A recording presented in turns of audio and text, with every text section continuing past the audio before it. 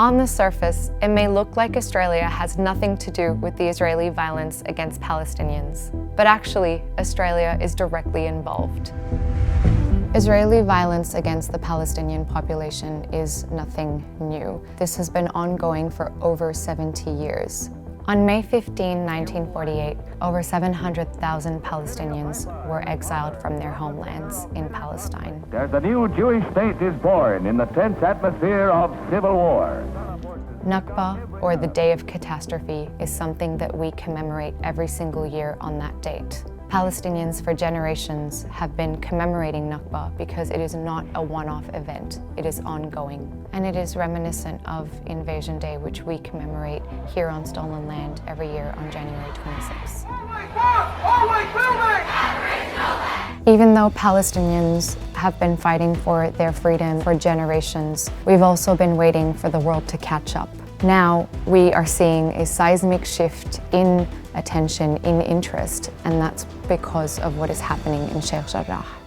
A neighborhood called Sheikh Jarrah. Sheikh Jarrah makes up just a tiny... In Jerusalem, Sheikh Jarrah neighborhood. Sheikh Jarrah is a neighborhood in occupied East Jerusalem, and what occupied means is that under international law, these territories actually belong to Palestine. They are Palestinian. In these homes, these families, grandparents, parents, siblings have lived in these homes for generations, and what is happening right now is that they are being violently dispossessed from their homes, forcibly removed. It is ethnic cleansing to make way for an Israeli Jewish settler population. Ultimately, they want to erase the Palestinian presence from Jerusalem and from all over Palestine. These families have been protesting their removal from their homes, and Israeli Jewish settlers. The attacks in Gaza are continuing at full force. At least 215 people have been wounded in the latest outbreak of violence in and around the Al-Aqsa Mosque compound. As Israel launched its attacks on people praying inside Al-Aqsa Mosque, what we saw is police brutality and violence, and Palestinians carrying bodies, including that of their children, outside of the mosques using prayer mats as stretchers during what was supposed to be one of the holiest months. This is a praying place, not for fight. So you're probably thinking, what does any of this have to do with Australia? Well, it's actually pretty simple. Australia is directly complicit.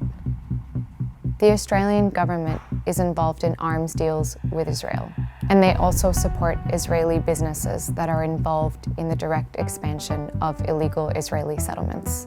But this is not the only reason that this should matter in Australia. What is happening right now in Palestine is a direct result of colonization. Australia has its own colonial history. We too are settlers on a land that has its own First Nations people. This is stolen land. Israelis are settlers on Palestinian land. Not only are they trying to take the most amount of land with the least amount of Palestinians, they have also been invested in killing us, in restricting our freedoms. All of that should sound familiar to anybody living in Australia. It is important to understand that our struggles for freedom from here to Palestine are inherently linked. We are all in this same shared anti-colonial struggle. That's reflected in the global Black Lives Matter movement, as well as the struggle here for Indigenous justice and First Nations justice. Drawing on these parallels and understanding that this is a shared fight allows us to grasp the extent of what is happening in Palestine and understand that this is an Israeli settler colonial regime perpetuated against the Indigenous population. We've been resisting for a very long time, but the recent Palestinian activism that we've seen in Sheikh Jarrah has sparked global support for Palestinians.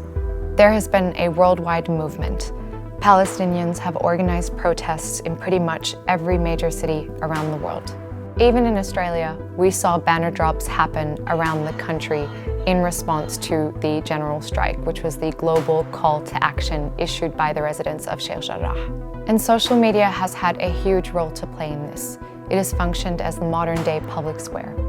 In the face of military tanks and army boots, Palestinians are fighting back with literally the only weapon that they have, their phone. You are stealing my house. I don't steal it, someone else is going to steal it. No one. The people of Palestine have given us a front row seat through their phones. And that has captured the world's attention, from artists and authors to celebrities, movie stars and singers. But beyond social media, you have an important role to play. Here's what you can do to support Palestine. Write to your MPs, lobby them, tweet at them, let them know we are watching them, that they cannot just pay lip service or give you tokenistic responses, but hold them to account.